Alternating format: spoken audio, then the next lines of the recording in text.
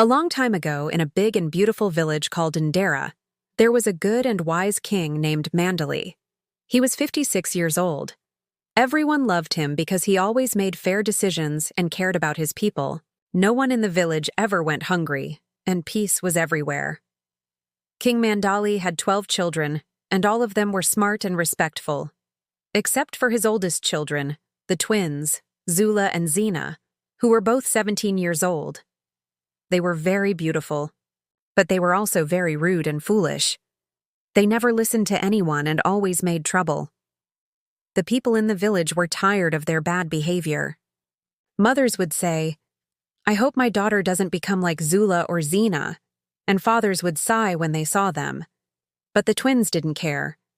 Zula would say, "They're just jealous because we're pretty," and Zena would laugh and agree. One hot day, the twins were walking through the village when they saw an old woman named Mama Kinta, who was 76 years old. She was trying to carry heavy firewood under the hot sun. Zula whispered, "Let's untie her firewood and run." Zena giggled. They went up to the woman, pretending to help, but then kicked the wood and scattered it everywhere. "Oh no, my firewood!" the old woman cried. The twins laughed loudly and walked away. But a kind young man named Kibo, who was 22, came and helped the woman pick up her wood. Mama Kinta wiped her tears and said, "I'm going to the palace. The king must know about this." She went straight to the king and told him everything. King Mandali was very sad. He sent his guards to find the twins, but they were already gone, causing more problems somewhere else. The king said sorry to the old woman and gave her some food, a cow, and a helper to make her life easier. Later that week, the twins were walking again and saw a big dog sleeping. The dog's name was Boro, and he was known to be strong and fast. "Let's throw stones at him," Zula said. "Yes, let's see if he can catch us," Zena added. They threw stones at the dog. One stone hit him on the back. Boro stood up, barking loudly, and ran after them. The girls screamed and tried to run, but the dog was faster. He bit Zula's arm and scratched Zena's leg. They cried and ran all the way back to the palace, scared and hurt. When the king saw their wounds, he called the healer to help. The healer cleaned their wounds and gave them medicine. But even after this scary moment, the twins didn't change. They joked about it the next day and laughed as if nothing had happened. That night, King Mandali sat alone, thinking, "What can I do to teach my daughters to be kind and wise?" he asked the stars. He had no idea that something powerful was coming soon. Something from the spirit world. One bright afternoon, Zula and Zena were walking through the busy village of Ndera, looking for something to do. "I'm bored," Zena said. "Let's find some fun," Zula replied, smiling. As they walked into the village square, they heard the sound of drums and singing. People were dancing, clapping, and cheering. In the middle of the crowd, a colorful masquerade was dancing. The masquerade wore long robes made of bright cloth and a large carved mask that covered the whole face. In Ndera, the masquerade was a sacred figure, believed to carry the spirit of the ancestors. Zula whispered, "Let's play a trick on the masquerade." Zena laughed. "Yes, let's throw stones again. It'll be funny." They hid behind a tree, picked up small stones, and began throwing them at the dancing masquerade. One stone hit his back, then another near his feet. The masquerade stopped dancing. "Who is throwing stones?" he shouted in a deep voice. The crowd became quiet, but the twins just giggled and threw more. The masquerade's head turned sharply. "You dare disrespect the ancestors?" he growled. Suddenly, the masquerade picked up his long whip and ran toward them. The crowd gasped. The twins screamed and ran. But the masquerade was faster than he looked. He caught them both and whipped their legs and arms as they cried out. "Ah, stop!" Zula shouted. "We didn't mean it," Zena yelled. But it was too late. They ran back toward the palace, bruised and crying, the marks of the whip burning on their skin. The palace guards saw them and helped them inside. King Mandali sat on his throne when the guards brought the girls in. He stood up quickly. Again? What happened this time? The twins, now quiet and in pain, said softly, "We made the Masquerade angry." King Mandali was tired. "You mocked the Masquerade? That is sacred to our people," he said with a heavy voice. "You show no respect. Not to elders, not to tradition, not even to the spirits." Zula and Zena looked down and didn't speak. Even after this shameful moment, they did not change their hearts. They healed slowly, but their minds remained the same, still laughing, still careless. Later that week, King Mandali called the girls to his throne room. "You are now 17, he told them. "It's time you marry and learn responsibility." Zula laughed. "We don't want husbands." Zena smiled. "We're already happy the way we are." The king sighed deeply. "Marriage will help. You grow. You cannot be children forever." But the girls didn't listen. They laughed and skipped out of the room. In the village, many young men admired their beauty, but no one wanted to marry them. "They are beautiful, but foolish," they said. "A wife must be wise and kind." So even though the twins were lovely, no man came to ask for their hand. The king grew more worried. He wanted his daughters to be happy. But how could that happen if they refused to change? Then came a day when the king said, "Important guests are coming to the palace. Everyone must be respectful." The palace was cleaned. Food was prepared. Decorations were put up. Everyone worked hard. The twins were told, "Please behave." They just rolled their eyes. When the guests arrived, the palace looked perfect. But Zula and Zena began running through the halls, laughing loudly, playing games. Suddenly they knocked over a big tray of food. The dishes spilled all over the floor, some even on the guests' clothes. The guests were shocked. The room went silent. King Mandali was embarrassed. "I'm so sorry," he said. He turned to the girls. "Say sorry." Zula shrugged. "Why should we?" Zena added. "They came to our house." The king closed his eyes in disappointment. The guests, feeling insulted, left early. Mandali sat alone again that night. "What will it take?" he whispered. "When will they understand what it means to be kind?" One afternoon, Zula and Zena were walking near the market. They weren't looking to shop. They were looking for fun. That's when they heard a group of women talking near a yam stall. "Have you heard of the river spirit, Eshe?" One woman whispered. "She brings luck and blessings if you honor her properly," said another. "She is peaceful, but if you disturb her, she becomes very angry," added an old woman. Zula's eyes lit up with excitement. "Let's go to the river and call her. Let's see if she really shows up." Zena laughed. "Yes, let's play a trick on a spirit." It was a dangerous idea, but the girls didn't care. In their village, no one was allowed to call Eshe the river spirit except during sacred days. It was considered a serious disrespect, but the twins didn't care about rules. They reached the riverbank. The water sparkled under the sun. Zula shouted, "Eshe, Eshe, come out and play with us." Zena added, "We want to see your pretty face." At first, there was silence. Then the river began to ripple. A light mist rose from the surface.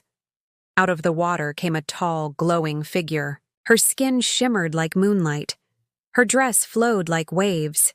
Her hair was long and made of water, but her eyes were closed. Zula giggled. "Look, she's scared to open her eyes." Zena smirked. "Maybe she's too ugly." The spirit remained, calm. Her voice was soft but strong. "Why have you disturbed me?" Zula stepped forward. "You shouldn't keep your eyes closed in front of princesses like us." Then Zena did something terrible. She picked up a small stone and threw it at the spirit. The stone hit Eshe on the head. For a moment there was silence. Then Eshe opened her eyes. Her eyes were glowing white like fire. Her voice changed. It was no longer calm, it was loud like thunder. "You have mocked the spirit world," she said. "You have thrown stones at sacred power. For your foolishness, you shall be punished." Zula and Zena suddenly felt strange. They opened their mouths to speak, but instead, they started laughing. Not small laughs. Big, wild, loud laughter that wouldn't stop. "Ha ha ha ha! Wait! Ha ha! We can't stop!" Zula screamed. "Ha ha ha ha! What's happening to us?" Zena cried, holding her belly. The spirit spoke once more. "You will laugh forever, not in joy, but in madness. Let the sound of your own foolishness teach you what wisdom could not." Then she disappeared back into the river. The water returned to normal. The birds chirped, but the laughter of the twins echoed through the trees. Back at the palace, everyone was worried. The twins had been gone too long. Guards were sent to look for them. When the guards reached the river, they found the girls rolling on the ground, laughing so hard that they were gasping for air. Their eyes were red, their faces were tired, but they could not stop. The guards rushed them back to the palace. King Mandali saw them and froze in shock. "What has happened to my daughters?" The healer checked them but found nothing wrong with their bodies. "This is not a sickness," he said. "This is a curse." Day turned into night, and still the twins laughed. The sound echoed through the palace, sharp, high, and painful. The laughter wasn't happy. It sounded strange, almost like crying inside a laugh. King Mandali couldn't sleep. He sat with his head in his hands. "Oh, spirits, please help me. I only wanted them to learn. Not this. Not like this." The next day, the king called the chief priest, a wise old man with a long beard named Baba Onika. Baba Onika prayed and spoke to the gods. After a long silence, he said, "The spirit, Eshe has spoken. She will only remove the curse if a sacrifice is made. But not just any sacrifice. It must be someone who shares the blood of the twins." The room went silent. "You mean," the king asked slowly, "one of my children?" Baba Onika nodded. "Yes, that is the will of the gods." King Mandali's heart broke into pieces. He had wanted to teach his daughters a lesson, but now he faced an unthinkable choice. The palace of Ndera was quiet, except for the strange, loud laughter of Zula and Zena. Their voices echoed in the halls, day and night, but their laughter was not joyful. It was wild, painful, and full of sadness. King Mandali, tired and worried, called the chief priest again. Baba Onika came with his staff and spoke in a serious voice. "The river spirit Eshe still waits for a sacrifice. Someone with the same blood as the twins must be given to her." Mandali held his chest in pain. "Must I give up another child to save the first two?" But before the sacrifice was made, some of the village elders began to whisper. One of them, Elder Omari, said, "There's something strange about the twins. They were not born foolish. Something happened long ago." So, the elders began to search the past. They traveled to the edge of the village and found an old shaman who had lived alone in the forest for many years. The shaman told them a shocking truth. Years ago, when King Mandali wanted to become ruler, he went to the spirit world and made a secret deal, the shaman said. He offered 2 of his future children, his firstborn twins, as part of a ritual to gain the throne. The elders were shocked. "You mean the twins were cursed from the beginning?" "Yes," said the shaman. "That is why they laugh. That is why they never learn." The elders returned to the palace and shared the truth. But they kept it quiet from the people. They feared the kingdom would fall into chaos. Meanwhile, the king had made a hard choice. He decided to sacrifice his youngest child, a sweet boy named Lami. just 8 years old. The boy had never caused trouble, always smiling and kind. The king's heart was broken, but he thought this was the only way. On the day of the ceremony, the people of Ndera gathered by the river. The boy stood by the water, holding the priest's hand. Everyone was crying. Just before the ritual began, the river rippled again. Mist rose, and Eshe, the river spirit, appeared once more. She looked at the young boy, then turned to the king. "I will not take this child," she said firmly. "He has done no wrong. This is not the lesson I wish to teach." Everyone waited in silence. Eshe's voice echoed. "The twins must learn the meaning of kindness and humility themselves. That is the only way the curse will be broken." The king fell to his knees. "What must they do?" he asked. Eshe answered, "They must marry the poorest, men in the village. No gold, no gifts, no fancy clothes.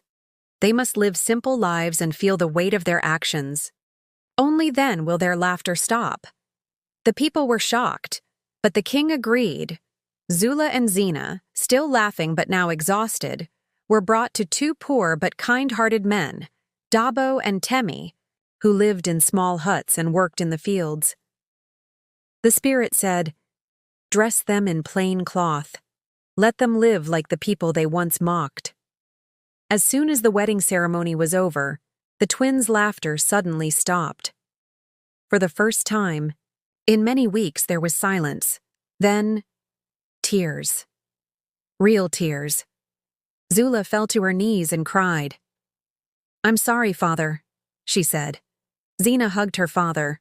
"We were foolish. We want to change." The king hugged them both. Though his heart was heavy, he saw that the curse had finally done what love and words could not. It had taught his daughters wisdom. The twins packed their things and left the palace. They went to live in small homes, far from gold and servants. They woke up early, fetched water, cleaned their houses, and helped in the fields. Life was hard, but it was also peaceful. At first, the village people stayed away, but slowly they saw something amazing. Zula and Zena were changing. They helped others. They listened. They smiled kindly. People started to say, "Look, the foolish girls have become wise." But the story wasn't over. One day, Elder Omari stood before the village and told everyone the truth. The king made a deal with the spirits. That's why the twins were cursed. The fault was never fully theirs. The people were shocked. "Our king sacrificed his children for power?" they asked. The elders held a meeting and decided that King Mandali must step down. Mandali removed his crown without anger. He looked at his daughters and smiled. "Even if I lose my throne, I am proud. You have learned what I could not teach you." The village chose a new leader, one who was fair, humble, and loved by all. Zula and Zena continued their lives quietly. They never wore gold again, but in their simple homes they found real happiness, the kind that comes from kindness, not pride. And so, the village of Ndera became peaceful once more, and the people never forgot the story of the twins who laughed too much and finally learned to cry.